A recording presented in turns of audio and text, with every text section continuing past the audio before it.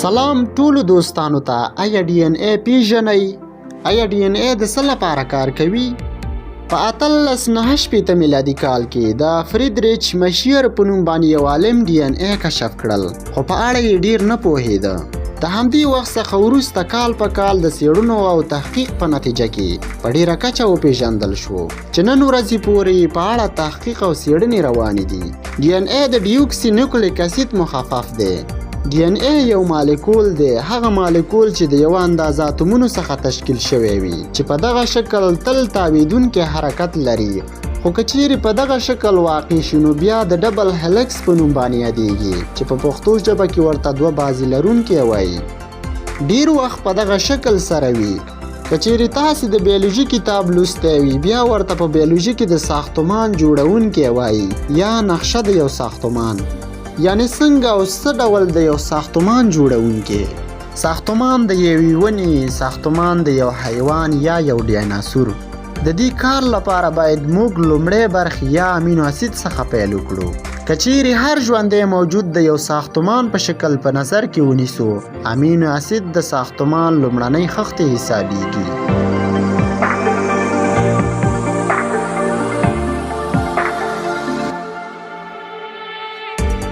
شل ډوله امینو اسیدونه لرو چې هر یوې د یو بل سره لوی فرق لري. یعنی ویلی شو چې د هر ژوندي موجود په جوړښت کې لومړني توکي په 60 ډوله دي. امینو اسیدونه په مختلفو شکلونو سره کولی شي چې ځان ترکیب کړي چې د دې ترکیب سره په پروټین باندې تبدیلیږي. پروټین حجره جوړوي او حجره بیا نسجونه جوړوي او نسجونه بیا په یو ارګان یا یو غړي باندې تبدیلیږي.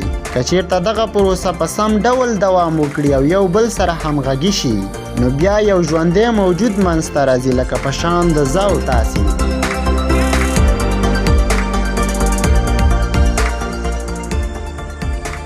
پروټینونه چې حجرې جوړوي دغه کار ډیر مهم او ضروری دی، نو باید په تدریج سره په سم ډول کار وکړي. که چیرته پروټینونه په سم ډول کار ونه کړو نو بیا هیڅ کار نه کوي. دا یوه موقع د ډي ان اے لپاره ده. ډي ان اے ډیر یو حیرانونکی کار ترسره کوي چې هیڅ یو هغسې کار نشي کولی. اما یو کار چې ډي ان اے باید د پروټین د جوړښت سبب شي چې د دې کار په سم ډول ترسره کیدو سره یو ژوندی موجود بې له کومې ستونزې په دې نړۍ کې ژوند کوي. که چیرته ډي ان اے جوړښت تجزیه کړو نو داسې یو څه به په لاس راشي.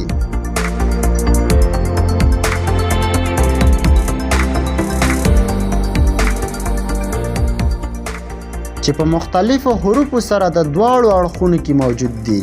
که چیرته دغه شکلونو ته خزیر شو نو یو له بل سره مختلفې بڼې لري، خو په یاد ولرئ چې دا موږ له نږدې څخه ولیدل. په میلیونونه دغه شکلونه د ډي ان اے په جوړښت کې شتون لري چې همدا د یو پلاس په شکل ریشه د حجرې په هسته کې شتون لري، خو د هستې څخه بهر سیتوپلازم شتون لري.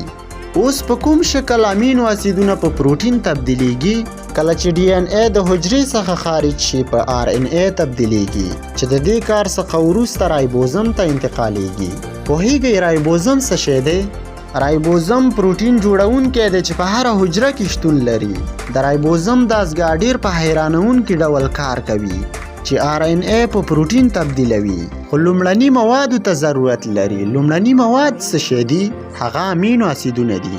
د دې څخه وروسته رایبوزم آر ان اے د ځان لوري ته راکاږي او بیا ترې پروټینونه جوړوي.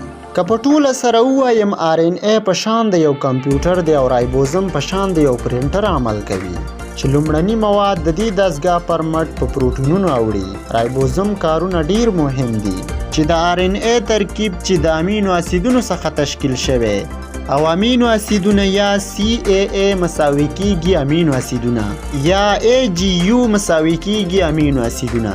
په دقت سره ویلی شم چې آر ان اے په شان د یو کمپیوټر او رایبوزم په شان د یو پرنټر چې پروټینونه تولیدوي، خو کله چې پروټین سره یو ځای شي نورې حجرې رامنځته کوي. داسې حجرې لکه اوس چې رامنځته شوي وي یا ځوانې حجرې.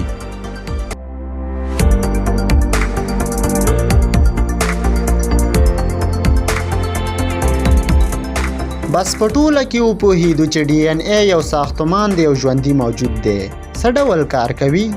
ډي ان اے آر ان اے جوړوي او آر ان اے پروټین جوړوي. پروټین یوه حجره جوړوي او حجره بیا یو ژوندی موجود جوړوي.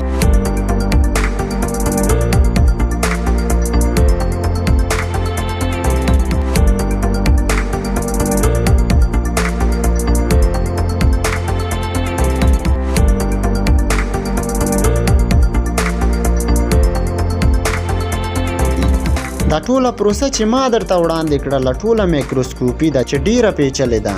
دا ټوله پروسه د هر ژوندي موجود په بدن کې تکراریږي چې ځوان او نوي پیدا کیدونکي موجوداتو حجرې په لوړېدو دي او د زړو بیا په ختمېدو دي. همدا حجرې دي چې یو کس ځوانوي او بل کس زړوي.